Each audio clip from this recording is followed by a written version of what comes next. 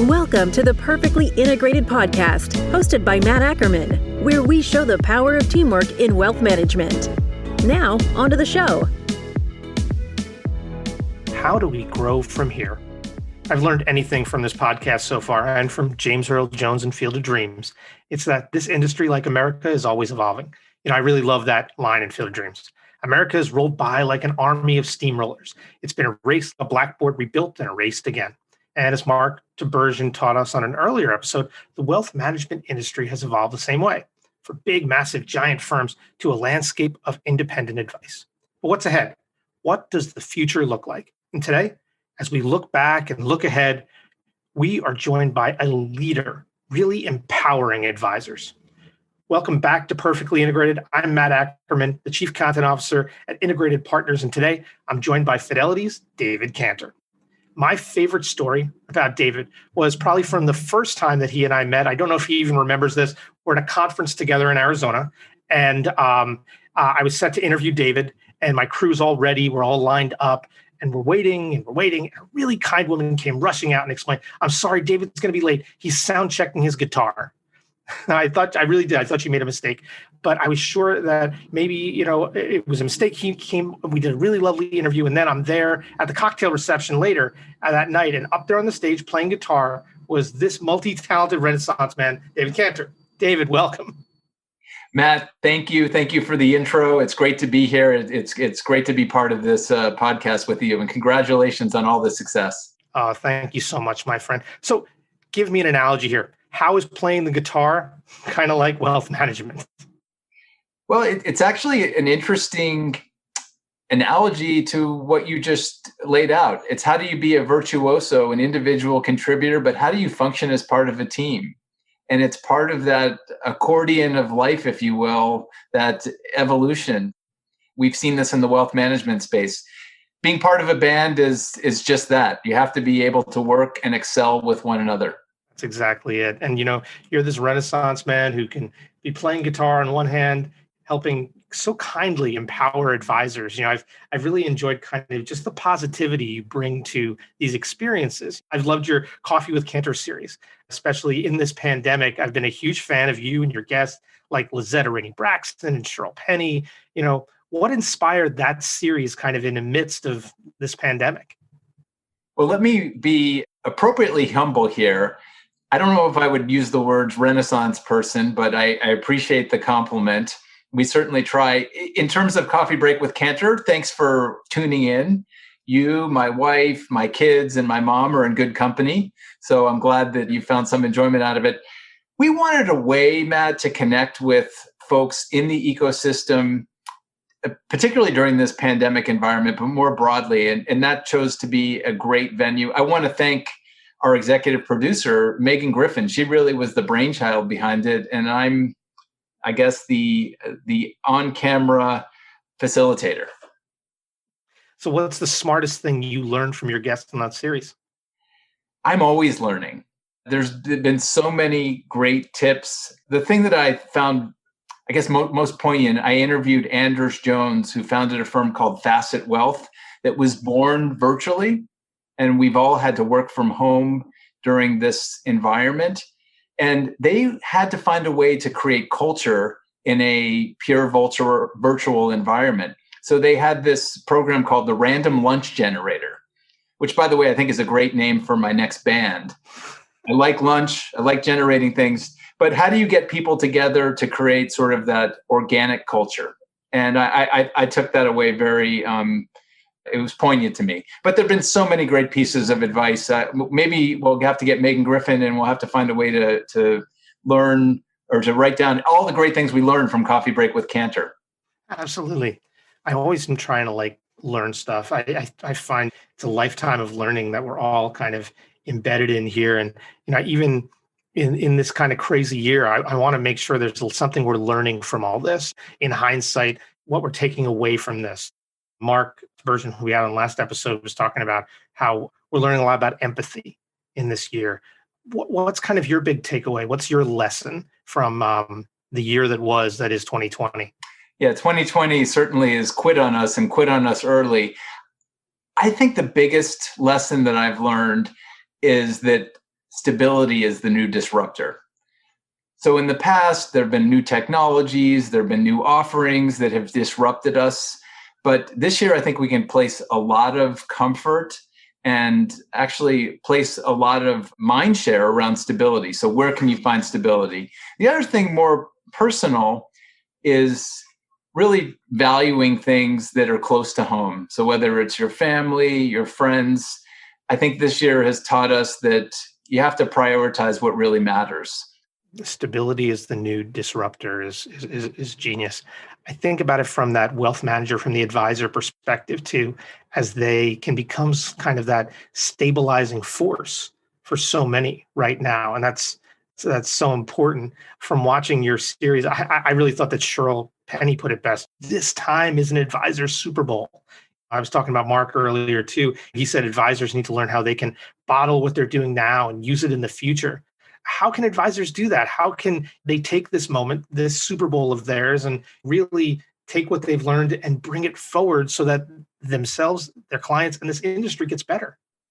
Well, this is the time to really rise up the value stack in your clients' lives, helping them navigate what matters. And Cheryl said it nicely. This is the Super Bowl. This is the year of lean on me.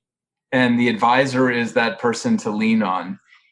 Having said that, and I do believe that stability is the new disruptor, there's a lot going on, Matt, and a lot that we can dive into. It's been the year of merger mania, whether it's in the true wealth manager space or around the ecosystem that they play in. That's a great point. Merger mania. So we sit here in this year of merger mania and this year where independent advice is kind of consolidating as well. What do you think? As you think about this year of merger mania, what have we learned and what does it mean as we go forward? It's interesting because I think it goes back to where you started. This is an industry of artisans, of trades folks, of craftspeople, where the deliverable is this bespoke service to clients. But at the same time, the industry consolidates. So where we're focused is around these, what we call the 4 Ps. Personalization. How can you deliver a more personalized offering?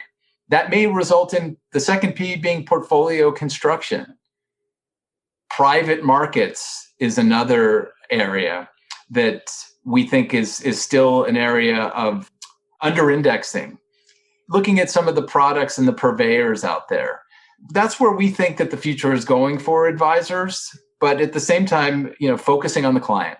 Those 4 Ps make so much sense, but it all starts with that nucleus, that hub that is the client relationship, and ultimately producing a relationship that feels very customized, but at the same time allows you to serve more people and more clients.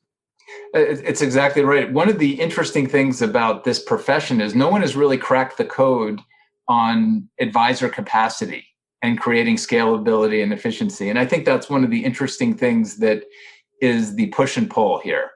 And I think that's something we're looking forward to seeing how it evolves as the future unfolds.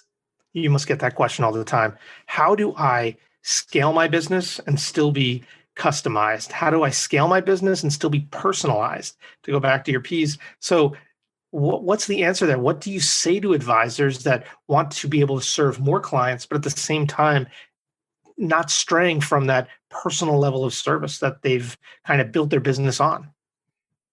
Well, some of this is almost going back to basics, and some of this may be a little bit of a reach, but to the extent that, to your point, advisors can spend as much time as possible with clients and traveling, as we say, up the value stack, beyond the rudiments, if you will, of the advice proposition, the investment planning, the investment advice, the tax planning, but getting to what really matters in a person or a family's life goals.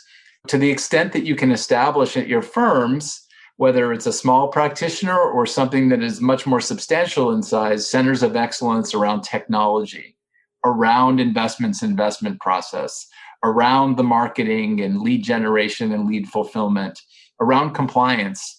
That's, I think, something that advisory firms of all shapes and sizes can aspire to and keep growing and developing toward. Now we've got that growth and development. We got the 4 Ps. We've got kind of building on this foundation of 2020. What's ahead? We take all these lessons, we bottle them up. What do you expect from kind of 2021 and beyond so that we can at least make progress from here? I'm not talking about perfection. I just want a little progress. Progress versus perfection. That actually is one of my catchphrases. So nice tie in there. I love that because perfection is so difficult, but you can always make progress. As I look forward, I think that there are probably 5 things that we're going to see going forward. This merger mania is not going to stop anytime soon. In fact, we believe it may keep pace and in fact accelerate. Number 2, the amount of choice and ecosystem options out there in the advisory and wealth management spectrum is going to continue to expand. And I analogize it to the gold rush. You can make money panning for gold, but there are going to be a lot of folks that are willing to sell you shovels and picks that are really vital to this place. And then 3 through 5, pay attention to the evolving needs of the client, pay attention to the evolving needs of the advisors themselves. And finally, technology is just so important. And there are very many aspects to that piece of the puzzle. So I'm going to unpack a couple of those. One I want to talk about, we talked about merger mania a little bit. And I think a lot of advisors, folks listening to this, may dismiss the merger mania. They'll say, hey, that's just those mega mergers over here. That's just the Schwabs and TDs of the world coming together. Okay, that's over there. But I want to talk about from the advisor level, should they be thinking about mergers? Is there a level where they need to be kind of looking around next to them and merging with other advisory firms so they can make a meaningful revenue figure? When you talk about mergers, what are we talking about here?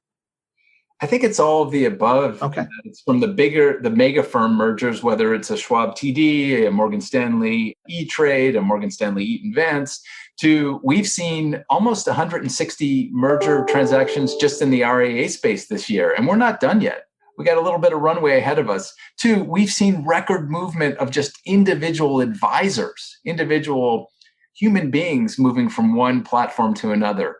It can be answered in many dimensions, but that's how I think about it. And to answer your question, how should the individual firms be thinking about it? My wife has an interesting saying: if you don't know where you're going, you might end up someplace else. Love it. I love it. I look at it too, and we have an aging advisor population at the same time too. Many have done the right thing and started to think about succession. So they're merging and hiring young advisors. And I think we could see, as we look ahead, a real changeover here in terms of what an advisor looks like too, in terms of both, and I say that intentionally, what an advisor looks like, because I think we're going to get younger. We're also going to get more diverse. And I really hope that this industry is moving in a really interesting direction here. For years, advisors, we've talked about it, you and I and others, that have not focused probably adequately on succession planning, but also training. But what I see as the hidden issue here is, even if you have a succession plan, there's no metaphysical guarantee that your G2 or G3 is going to be able to operate efficiently these firms and grow these firms. Only time will tell there. But what is not talked about is there's no metaphysical certainty that G2 and G3 are going to be able to operate and grow these firms like the founders did. Now, you're someone that's always empowering that next gen of advisors. It's something that I've seen. And one of the early interviews we did was at an investment news event talking about like the future of this industry and where it's going. But I think the thing is there's so much intelligence in the next generation. When I look at the millennial advisor, they're different, they're exciting, they're engaged in a very different way. What can we learn from that, from tomorrow's advisors? What do tomorrow's advisors expect of this industry? And how are they going to make this industry better tomorrow? They're going to do a lot. They're going to help us with technology. They're going to help us with scale. I think that this generation born digital is probably better equipped than the current operators and founders in many respects. But the key challenge that they're going to need to focus on and probably over-index to is, how do you grow? Because a growing firm is one that is going to sustain. And if you're not growing, by definition, you're deteriorating. I hate to put it so starkly. Right. So growth is the imperative. growth is the imperative. And that's how we started this whole conversation, was how do you grow from here? And the truth is they have interesting ideas about marketing, about content, something that I'm very passionate about, things like social media. It's so exciting to see how you guys, even with Coffee with Canter, how you leverage LinkedIn and other platforms to really to grow it. You see the power of how social media can be a real engine going forward. We do. And we've also spent a lot of time during this period, but it's going to sustain around how do you more effectively digitally engage with both clients and prospects? What are some of the innovative ways to do that? And I do think that's a practice management area that we're all going to need to focus on. You know this well, Matt. This podcast that you've created is a perfect example of that. Growth is the imperative. So you have to go back to the questions I always ask, the 5 corners, if you will. I've added in a 5th of what makes a successful advisory firm. We can go through them, but please. The most important one is, what is your unfair advantage? What is that thing that makes you basically bulletproof in the marketplace? I love that. What is your unfair advantage? I'm jotting that one down because I think that's something that everyone has. Everyone has an edge, and whatever it may be. Maybe it's like you with your positivity that you bring to this, and the way you converse with advisors. When you think about what is your unfair advantage, I would love to know what you think your unfair advantage is, David. So I think that everyone, being an individual in every firm, can have multiple unfair advantages. The one that we like to talk about at our firm is the fact that as a privately an employee-owned company, we can be entrepreneurial in ways that others can't, whether that's in the fashion of using counter-cyclical investment in technology, but it all boils down to having strong, broad market wisdom. So being able to consult directly with our clients and prospects to help empower them to, among other things, discover their unfair advantage. I love it. No, I really do. I love that. Now I'm going to be asking a lot of folks now what their unfair advantage is. We talked about next gen. Another issue that you and I have spoken on in the past is around diversity, around empowering both amazing women advisors, but also diverse advisors. I think as we look back to 2020 and ahead to 2021 and beyond, diversity is going to be something that we hopefully continue to pay attention to. Why are these such essential groups to continue to empower, both for you and for this industry?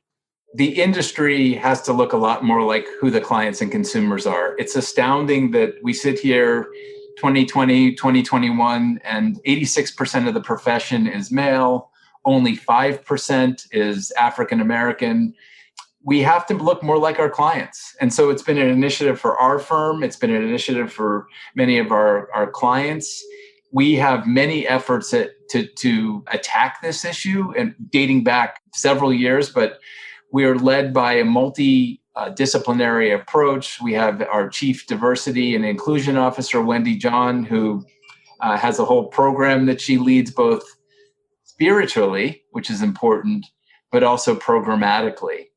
And it has to be something that sustains. It can't be something that is the flavor of the moment, if you will. I know a lot of firms that have reached out to us that are doing diversity and inclusion audits. You can't just start with, just like financial planning, you have to do a diagnosis and discovery before you can actually create a plan and march against it. So I'm very heartened to see that this is the tune that a lot of advisors are taking with it, if you will. Yeah, I agree. I had the distinct pleasure of being on the committee at Investment News around diversity and inclusion. Something that I learned was that actions speak louder than words. Important, like you said, to conduct that diagnosis and discovery. It's also important to take action and to move the ball down the field a little bit too. It was something when I came in at Integrated, it's something we talked about and they were passionate about us following through on. I think actions are going to speak louder than words on the diversity issue. Our clients, our prospects, and our associates, importantly, all are looking for that. We're energized. Yeah, I'm energized as well. It's been a tough year, 2020. I think everybody wants to get beyond it. Turning the page of the calendar doesn't mean that much. We've got so many advisors, independent advisors, that have kind of really struggled through a tough year. They've seen their clients struggle. They've seen a lot of unfortunate things happen in a rough year. they want to focus on the silver linings. There's a lot of positive people, I believe. What's your advice? What are the silver linings, and how do we move forward so we can find more silver linings? Maybe this is a little cliche, but I've been saying this for several months now. And as a matter of fact, I'll come back to another piece of this, but the pandemic of 1918 led to the Roaring Twenties. So there are bright days ahead. There are bright days and brighter days ahead. I think that it's always good to focus on the known unknowns and then the unknown unknowns. Would there be a pandemic? Would the pandemic shut us down in 2020? That wasn't something I was looking at in 2019. So I would call that an unknown unknown. A known unknown was what's going to happen with the election. We know there's going to be an election. We just don't know what the outcomes are going to be at the state, local, or federal level. I think it always behooves us to think about those things.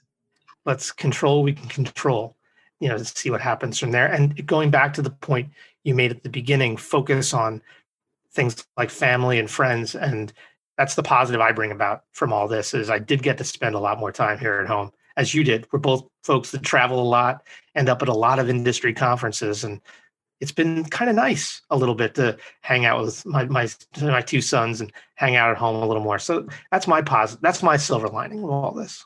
I have many silver linings. One was my daughter, who is off to college next year. She's 18. We started running together and we ran the virtual Boston Marathon together. So that was quite an event that may not have happened but for these unique circumstances. I love it. Well, David, we end each episode with a question from my 9-year-old son, CJ. CJ's smarter than me already, but usually I just give him a little info about my guest. I told him you're someone that helps empower people. I told him that you're also a great guitarist, and he stopped me right there, and he skeptically said, "Oh yeah, let's see him play guitar." I said, "Okay, we'll see." So David, my 9-year-old son, has asked, "Will you play some guitar?" And he's someone that's trying the saxophone now. He would love to know, how long does it take to get really good at a musical instrument?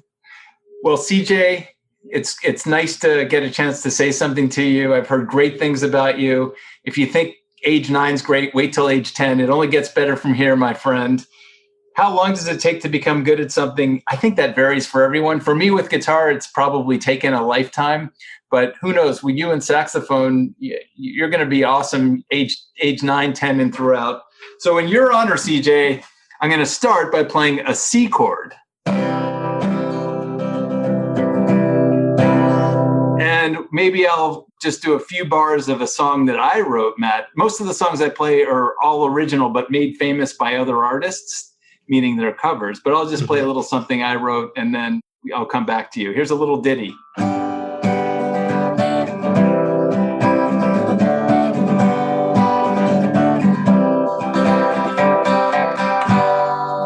Now, there are actually lyrics that go with us, but Matt, I'm not going to sing for you today. Next time you'll send me the lyrics. I can try singing. I love the advice on playing an instrument. I was someone who's just basically spent his life playing the radio. That's one of my grandmother's favorite jokes. So, David, this has been awesome. Thank you so much for everything you do. And it's always a pleasure getting to catch up with you. Thank you so much, my friend. Well, Matt, thank you. Thanks for having me. Thanks for the kind words. I'll end with PMA, positive mental attitude, my friend. PMA, best of luck with this great show you've put together. Thank you so much, buddy. Talk soon.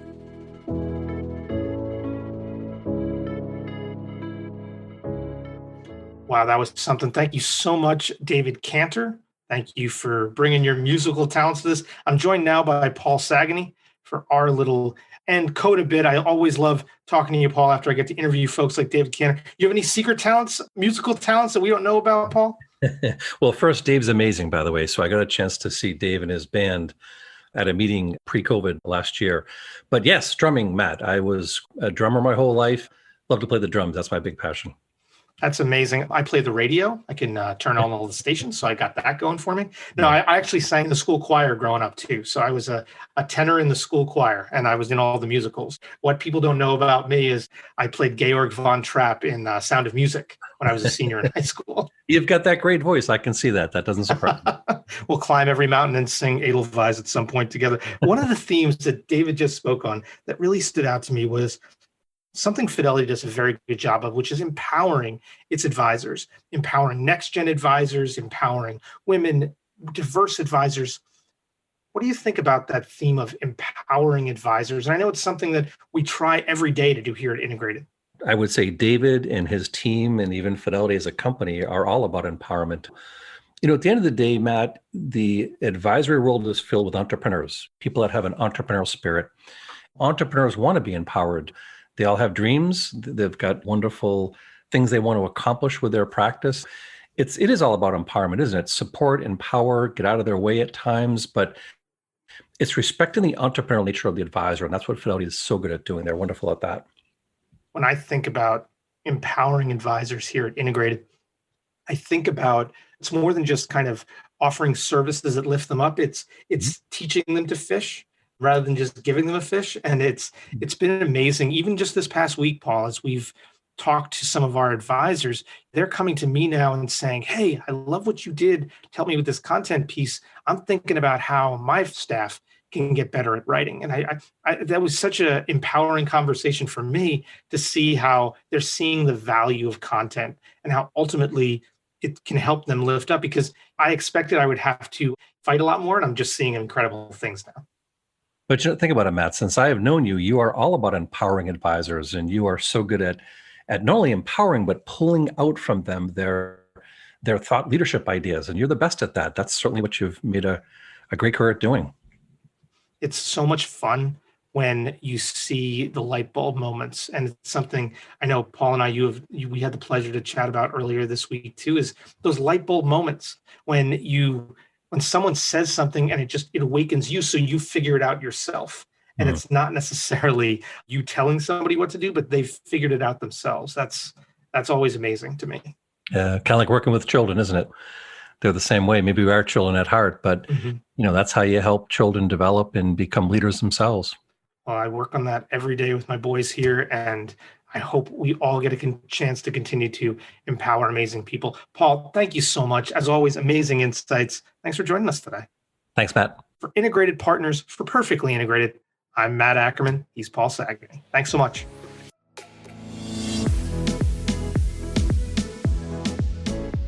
Content in this material is for general information only and not intended to provide specific advice or recommendations for any individual. All performance referenced is historical and is no guarantee of future results. Securities offered through LPL Financial, member FINRA SIPC. Investment advice offered through Integrated Partners, a registered investment advisor and separate entity from LPL Financial. David Canter of Fidelity Investments is a separate entity and not affiliated with Integrated Partners and LPL Financial.